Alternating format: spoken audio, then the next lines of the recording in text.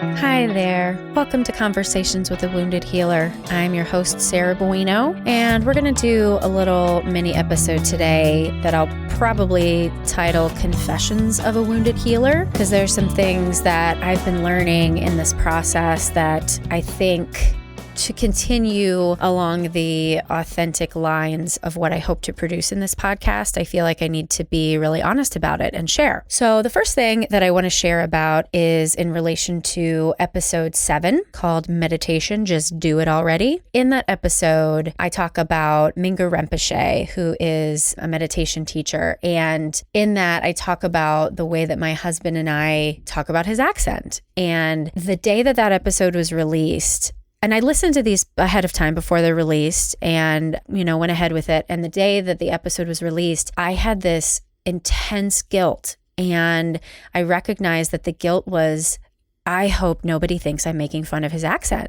And is that racist? I remember telling my husband and, he's like, oh, no, it's okay. It's fine. And I'm thinking, I don't know if it is. And I wanted to hold myself accountable to the fact that what I said may have been experienced as hurtful to some people. And I'm really, truly sorry if I disappointed anyone. As I say this, I also wonder if some people might be confused as to why that may have been offensive. And honestly, that's exactly why I'm bringing this up. I'm very aware that I'm a white person trying to discuss race, and I'm likely not doing it justice. But I do believe in shining a light on hard topics so that we can try to find a common ground for healing. And I talked to my therapist about it. I talked to her in general about just what this experience is like. And there have been a couple times where people have said to me, oh my gosh, I'm meeting Sarah Bueno, from Conversations with the Wounded Healer, which sounds really silly to me because I don't have like this crazy large listener base or anything like that. It's weird for me to think of people putting me on a pedestal because I know the people that I've put on a pedestal before, when they get knocked down, it ain't pretty. And so I certainly don't want to be that person. And so I'm having this weird experience of feeling exposed and vulnerable in a bad way.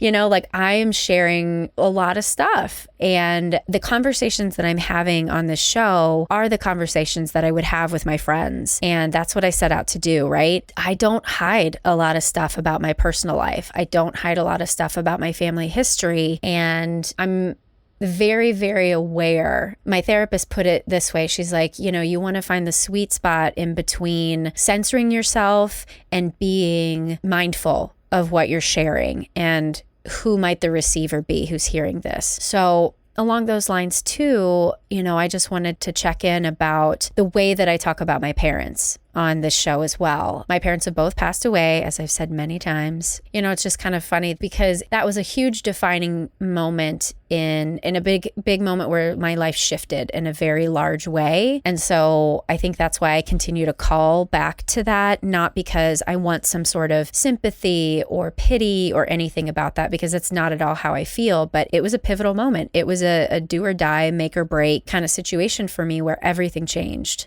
I talk about my parents and their humanness. Let's say that in a really kind way. I talk about their humanness very candidly. There's a saying, not to speak ill of the dead. I hope that people understand that what I share about my parents is not in any way meant to be speaking ill of them. I'm very cognizant that the family members who I have left, who know my parents, I don't want them to cringe when they hear me saying something, that they might not agree with, because I feel like I can hold in one hand the things that my parents did or didn't do that I felt were hurtful. And I can hold in the other hand that they absolutely did the best that they could do. And I wholeheartedly believe that. And it took me a long time to get there. In some cases after they died, in some ways, it really took me until their death to fully accept that with my whole heart. And I don't know if I could have accepted it before they were gone, because our relationships with both of them, my relationships with them it was fraught with expectation and obligation and a lot of shoulds. I couldn't live that way. And that's why it was such a struggle to be in an authentic relationship with them, because the energy that we were both bringing to the relationship and the expectations and the desired outcomes were so different that I don't know if when they were alive, we could have gotten to a place where both of us would have felt satisfied. I don't believe that that's true. And I don't say that in a negative way. I don't say that in a pessimistic way. I say that in an authentic way.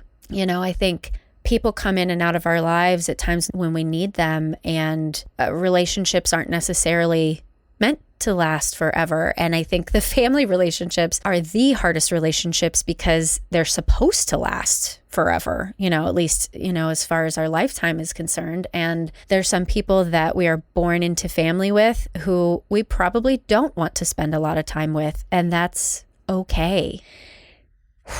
You can love your family and not want to be with them. And I guess I just want to point back to this, that I really do hold the belief that everybody's doing the best they can. And sometimes our best is not good enough.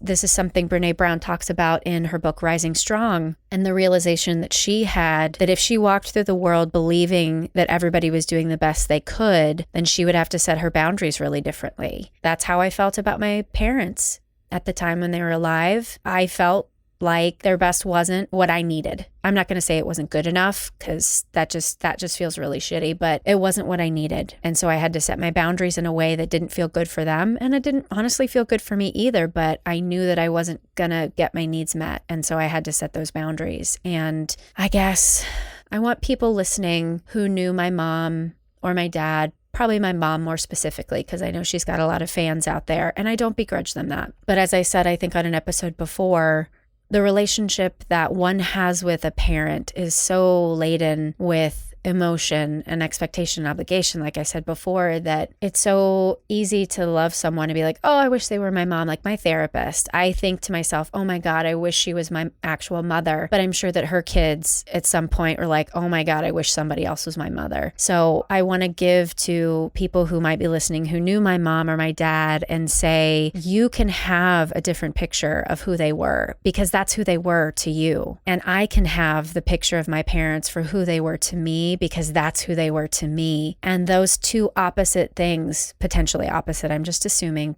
those two things can coexist at the same time. It's not either our parents are good people or bad people, or either somebody is racist or they're not. I think there's a lot of gray, and there's a lot of competing pieces and nuances that go into this. And that's part of healing. I titled this Conversations with a Wounded Healer because this is some sort of therapy for me to work through some of these wounds. And I think what I'm going to be called to do is to tolerate criticism. And that's probably what created that guilt that I felt after that episode on meditation was released, that fear of, well, fuck, what are people going to think about me? And someone's not going to be happy about that. I have to really think about, how do I want to say things, not so that they're going to be perceived in a certain way, but so I can just try my best to express my authentic self, and then know that I'm not going to please everybody. I think that's going to be a really hard lesson, because I've lived my whole life wanting people to like me. And right now, a lot of people do. And it feels really good. The day that I start getting negative feedback, it's going to hurt. And I'm probably going to cry, because I do that pretty easily. And I just want to be authentic and honest about that. So I know this has been a bit of a ramble, but I hope that you resonate with this in some way. The idea of kind of holding two opposites at the same time, this, fear of being perceived in certain ways. And thank you for listening and for coming back. I appreciate it. Thanks as always to Andrea Klunder and Edwin Ruiz at the Creative Imposter Studios for editing, Liam O'Donnell, my good friend, for taking that awesome album art photo, and Ben Mueller for the theme music. You can find Conversations with a Wounded Healer on Facebook and Twitter and Stitcher and Google Play and iTunes, all the other fun places that you find podcasts. So you can check the website headhearttherapy.com/podcast for more details. Thanks so much for tuning in. Until next time. Bye-bye.